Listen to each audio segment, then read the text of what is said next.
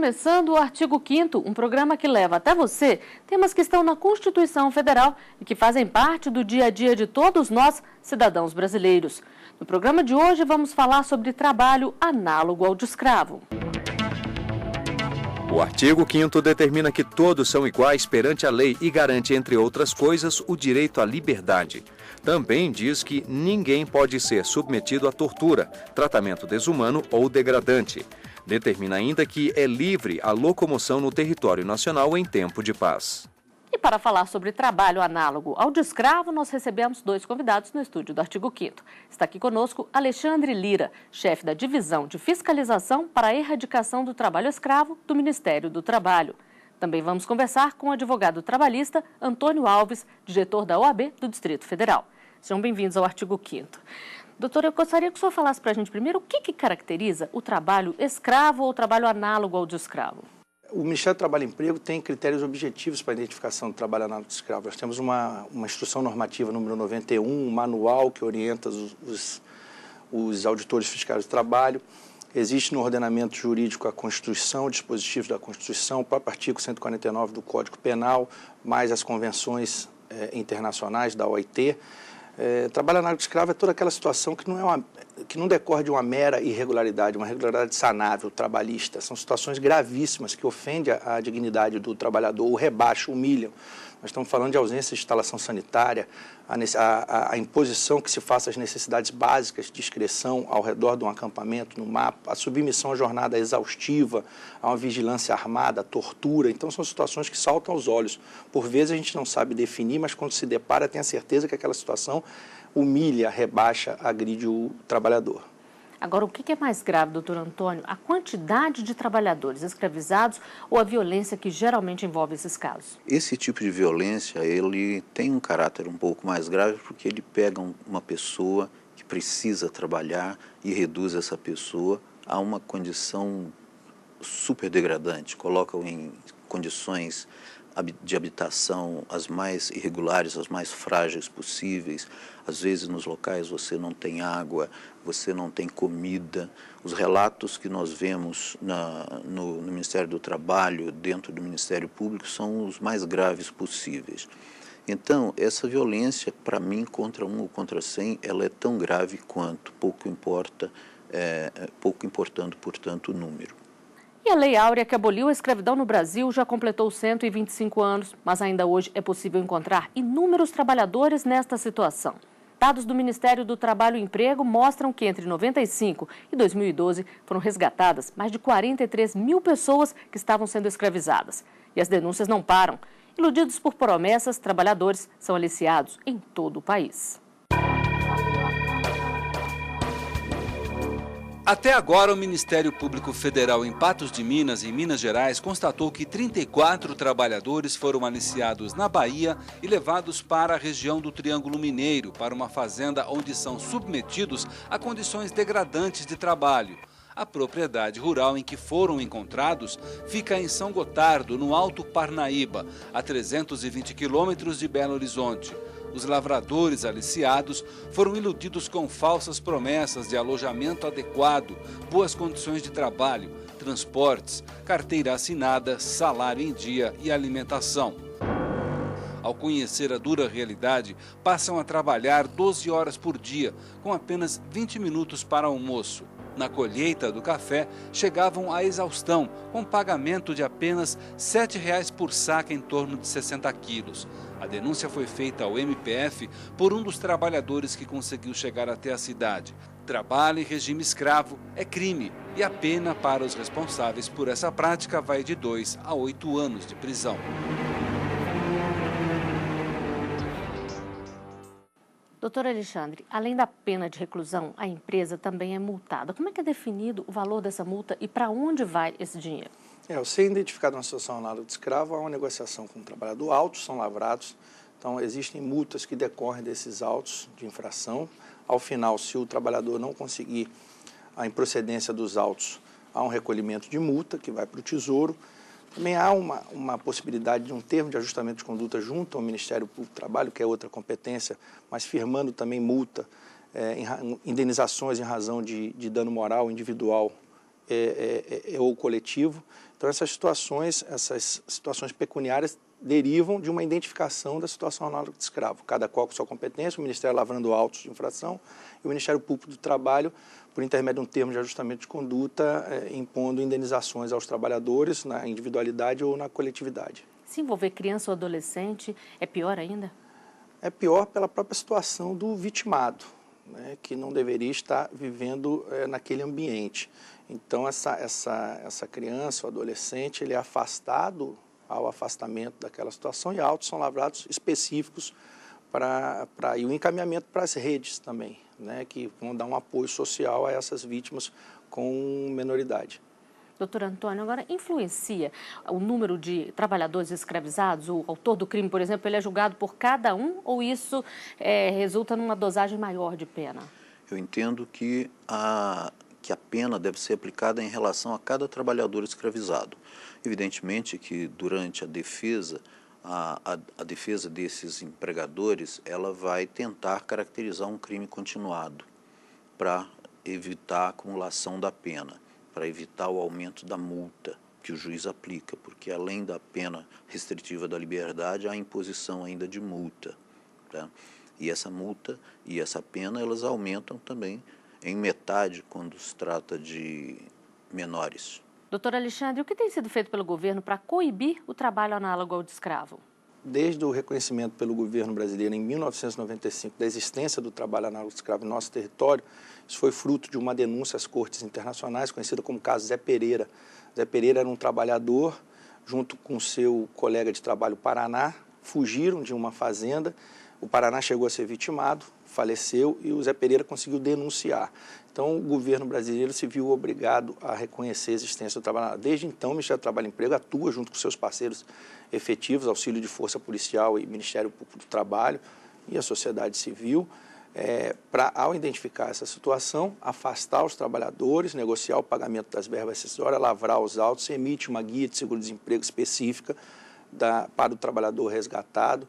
E nós, no âmbito do Ministério do Trabalho e Emprego, também há um movimento chamado Ação Integrada, que está capacitando, alfabetizando, reinserindo essa mão de obra egressa do trabalho análogo escravo no mercado. Então, nós necessitamos muito de políticas públicas, tal como essa citada, para que isso não seja um ciclo vicioso. Identificamos, afastamos, pagamos as verbas, damos as guias de seguro-desemprego, mas por falta de oportunidade de capacitação, esse empregado volta a ser escravizado. Doutor Antônio, quais são os setores onde mais acontece o trabalho análogo ao de escravo? O trabalho escravo, ele acontece no país, aqui no Brasil, preponderantemente na área rural. Mas hoje nós temos um foco novo, que é o da indústria do vestuário, indústria têxtil, e as principais vítimas são trabalhadores da nossa vizinha Bolívia, às vezes do Paraguai e do Peru. Permita um acréscimo, no meio rural a gente ainda tem na atividade da pecuária a maior incidência, né? E o estado do Pará com maior nível de resgate, de libertação de trabalhadores. Mas como o doutor Antônio falou, nós temos hoje uma atenção voltada para o meio urbano também, na construção civil e mais especificamente no setor têxtil que envolve trabalhadores estrangeiros. E o que acontece com essa empresa que é flagrada escravizando trabalhadores? Ela pode ser condenada a pagar os direitos desses trabalhadores, além dessa condenação que tem no campo penal, por exemplo? Normalmente, ela é condenada a recompor todo o patrimônio desse trabalhador que deixou de lhe ser entregue nas épocas próprias, ou seja, paga tudo que deve. E, normalmente, o Ministério Público tem tido atuações bastante efetivas no sentido de fazer com que isso, às vezes, não dependa de sentença judicial, mas ocorra apenas pela celebração de termos de ajuste de conduta. E a gente, às vezes, pensa que isso acontece só no interior, numa fazenda escondidinha, mas tem muitas marcas famosas também que são pegas escravizando pessoas, doutor Alexandre. Nós temos na incidência do meio urbano, no setor têxtil, nós já tivemos a ocorrência envolvendo grandes marcas, podemos dizer assim. E tem uma repercussão maior em razão do espaço que elas ocupam na mídia e na vida das pessoas. Então, essa tensão ao meio urbano está nos levando a essa situação de enfrentar essas grandes marcas que se fazem de uma ausência de uma terceirização ilícita, né, quebrando a cadeia produtiva, explorando na ponta os trabalhadores em condições de total miséria e obtendo lucros cada vez maiores porque não há atenção aos direitos mínimos desses trabalhadores, nenhum pagamento de acordo com a legislação. Agora a própria população acaba indo contra essas marcas, né, doutor Antônio? O que ocorre quando essas empresas são flagradas com esse tipo de denúncia, com esse tipo de comportamento, elas perdem valor de mercado, elas perdem consumidores, porque o senso ainda é o bom, é o de que o trabalho deve ser condignamente remunerado e os trabalhadores devem ser respeitados. Doutor Alexandre, e se a empresa trabalha para o governo? No caso do programa Minha Casa Minha Vida, por exemplo, foi flagrada uma empresa que escravizava trabalhadores. O que acontece com essa empresa? Aos olhos do Ministério do Trabalho e Emprego, tanto faz a empresa ter um vínculo com o governo ou não ter. A atuação é a mesma, a efetividade também. Então, se uma empresa que tem um contrato com o governo, mas na sua relação com os trabalhadores, uma relação seletista de vínculo de emprego, mantiver esses trabalhadores em situação análoga de escravo, nós vamos autuar, afastar os trabalhadores e as consequências de tipificação da situação como crime, por intermédio de uma atuação do Ministério Público Federal e essa reparação no Ministério Público do Trabalho, elas ocorrerão. Então, nós não temos essa distinção de empresas que prestam serviço ao governo ou não. Mas essa empresa fica com o nome dela numa lista chamada de lista suja, popularmente. Ela pode ser impedida de trabalhar para o governo ou ainda não existe uma legislação específica nesse caso? Esse é um cadastro de empregadores que tenham mantido trabalhadores em situação análoga de escravo, vulgarmente conhecido como lista suja. O que o Ministério do Trabalho e Emprego procura com essa divulgação do cadastro? Dar à sociedade a informação dos maus empregadores, daqueles que realmente, efetivamente, comprovamos que eles atuavam dessa forma. E o mercado e os agentes financeiros, eles foram se organizando. Há do Ministério da Integração Nacional uma portaria número 1050 que orienta os bancos públicos a não darem crédito a esses empregadores. O Banco Central, numa edição de um ato do ano passado, impede o crédito rural a esses empregadores. O próprio mercado já não está comercializando produtos desses empregadores. Isso vem caminhando. Agora, em São Paulo, nós temos o advento de uma lei que caça o registro de empregadores ou da empresa que tenha sido identificada como empregador de trabalho análogo de escravo por 10 anos. Está sendo regulamentado. Então, o mercado, a sociedade vem se organizando. Então, e permanecer nesse cadastro da inclusão, 2 anos, há um monitoramento, tem que haver o pagamento das multas, então somente após 2 anos que o nome sai. Então, todas as consequências ocorrem durante 2 anos da manutenção do nome no cadastro. Doutor Antônio, só para a gente deixar claro, a gente está falando aqui das empresas que escravizam, mas tem também os aliciadores, né, que levam os trabalhadores. O que acontece com eles? Bem, os populares gatos, né, eles sofrem as mesmas penas que o dono da propriedade onde o trabalho escravo é praticado. Então, eles respondem penalmente, respondem com multas na mesma proporção das suas condutas. E nós vamos a um rápido intervalo. O artigo 5º volta já. Estamos de volta com o artigo 5º. Hoje, os nossos convidados são o advogado trabalhista Antônio Alves e o chefe da Divisão de Fiscalização para a Erradicação do Trabalho Escravo, Alexandre Lira. Eles conversam conosco sobre o trabalho análogo ao de escravo. E um caso que virou símbolo dessa luta foi o assassinato de 3 auditores fiscais e um motorista do Ministério do Trabalho no interior de Minas Gerais em 2004. O caso ficou conhecido como a Chacina de Unai. Os 4 servidores fiscalizavam denúncias de exploração do trabalho quando foram assassinados em uma estrada de terra na zona rural.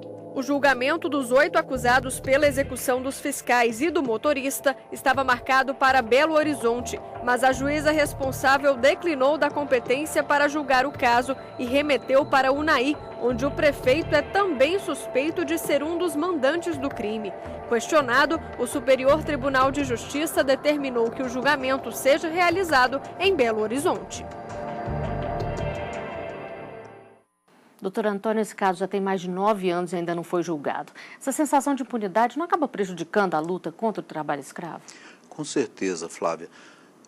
Toda justiça tardia é, na prática, uma injustiça. E essa demora na entrega da solução de um crime como esse, na punição dos responsáveis, ela acaba gerando para a população essa sensação de insegurança, ela prejudica até que eventuais denúncias, novas denúncias sejam feitas e acaba incentivando na prática que os criminosos continuem a praticar suas condutas ilícitas. Como é que fica o trabalho dos fiscais em casos assim, doutor Alexandre? Eles são muito ameaçados? Só fazendo uma referência, essa chacina ficou conhecida como chacina de Unai, não um desmerecimento daquela localidade, mas assim ficou conhecida, é uma ferida que ainda está aberta e dói muito a inspeção do trabalho. Nós acreditamos que não foi um atentado contra a inspeção do trabalho, foi contra o Estado, né, no nível que se realizou. Estamos lutando, os parceiros, a Conatrai, o nosso sindicato, o SINAIT, para que efetivamente esses culpados sejam punidos.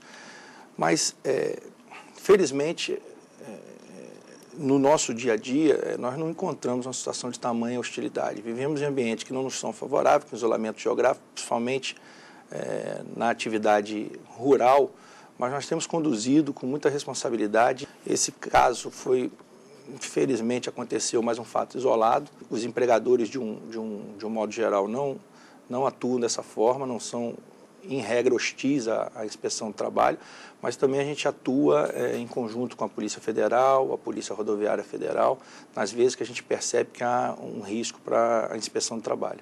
E, geralmente, os casos são descobertos por meio de denúncias? Em regra, denúncias. Nós já temos um nível de rastreamento ou de percepção que aquela atividade e o período em que ela está sendo desenvolvida já permite uma sinalização de trabalho análogo de escravo. Mas, em regra, nós recebemos denúncia dos nossos parceiros, Comissão Pastoral da Terra, Ministério Público do Trabalho, Polícia Federal, o Ministério Público Federal, os próprios órgãos descentralizados do Ministério do Trabalho e Emprego, nas 27 unidades da Federação, nos encaminham denúncia à divisão que eu chefio, aqui em nível de órgão central, a gente faz uma triagem e as equipes são disparadas a enfrentar. Hoje nós temos 4 equipes diretamente vinculadas à DETRAI, mas temos tantas quanto se fizerem necessárias para atuar descentralizadas. As regionais também nos apoiam nesse enfrentamento. Doutor Antônio, o que uma pessoa que consegue fugir de uma situação dessa, como é que ela deve fazer para ela conseguir denunciar? Dentro do trabalho do governo, desenvolvido pelo governo de erradicação de trabalho escravo, existe o tal do Disque 100, você pode discar da Comissão de Direitos Humanos, vinculado à Comissão de Direitos Humanos, e sindicato, Comissão Pastoral da Terra, as próprias superintendências regionais de emprego do Ministério do Trabalho, e, enfim, qualquer ajuda. Eventualmente até a primeira delegacia. O importante é denunciar. O importante é denunciar, porque quando as pessoas conseguem fugir, e eu já me deparei com situações dessas, elas saem muito traumatizadas. Saem feridas não só fisicamente, mas emocionalmente, psicologicamente, extremamente abaladas. Só me permita que, falando aos trabalhadores, que na dúvida se aquilo que estão vivendo é uma situação análoga ao escravo, denuncie. Porque chegando aos nossos conhecimentos, chegando ao conhecimento dos nossos parceiros, vamos saber fazer uma leitura do que está sendo dito pelo empregado. Então, na dúvida, é melhor que denuncie, que não necessariamente a gente vai levar à frente aquela fiscalização, mas a gente vai ter condições, pelo menos, de fazer uma leitura exatamente educativa do que pode estar ocorrendo e até mesmo já falar, isso não é caso de trabalho análogo de escravo. Agora, o trabalhador que ele denuncia, ele tem uma proteção, o nome dele fica sob sigilo, por exemplo, para evitar que ele tente buscar uma orientação e acabe perdendo o emprego caso não seja escravidão? O nome do trabalhador, ele não consta em nenhum dos nossos arquivos, né? A gente recebe a denúncia e ela não é citada no auto de infração, nos nossos relatórios, em quaisquer documentos que o Ministério do Trabalho e Emprego, os nossos parceiros produzem, o nome do trabalhador não é citado. E não há identificação dele quando chegamos ao local. O Ministério do Trabalho e Emprego não chega ao local procurando o trabalhador que nos fez a denúncia. Todos são tratados da mesma forma. A gente nem passa ao empregador que estamos ali em razão de uma denúncia. Nós não damos esse nível de satisfação ao empregador. A gente pode estar em função, e é muito normal isso em função de um planejamento da Inspeção do Trabalho de atuar naquela localidade. E nas ruas as pessoas falam sobre trabalho análogo ao de escravo. A equipe do Artigo 5º foi conferir as opiniões. As autoridades têm que fiscalizar, olhar, né, o que está acontecendo no mundo. A pessoa não tem condições de viver financeiramente, aí tem que se torna um escravo daquela pessoa para sobrevivência. Eu acho que é falta de fiscalização, né? De mais oportunidade para as pessoas. As pessoas se submetem, né? Porque o nível de informação hoje é grande e também a falta de, às vezes, de oportunidade, né? A maioria do nosso povo, da população brasileira, não reconhece seus direitos, né? As pessoas não têm estudo, não têm cultura, e as pessoas que são estudiosas e que são maliciosas fazem proveito da ingenuidade dessas pessoas. Eu acho que o Brasil ainda quer ser primeiro mundo, mas ainda está longe disso, né? Doutor Alexandre, as pessoas relacionam muito alto índice de gente escravizada à falta de fiscalização. O que tem sido feito para poder implementar uma ação maior? Eu posso afirmar que somos primeiro mundo em nível de atuação da Inspeção do Trabalho e os seus parceiros. Essa repressão ao trabalho análogo de escravo é considerado um exemplo mundial. Nenhum outro país atua com esse sistema e essa forma de enfrentamento. Mas nós temos situações de ausência de uma política pública, de uma melhor capacitação daquele empregado, né, de uma alfabetização, de conhecimento, de oportunidade. Estamos atuando bem e muito bem. Infelizmente, somos 2.850 auditores, precisávamos de 3.600 hoje para completar o quadro, mas esse número já está defasado de 3.600.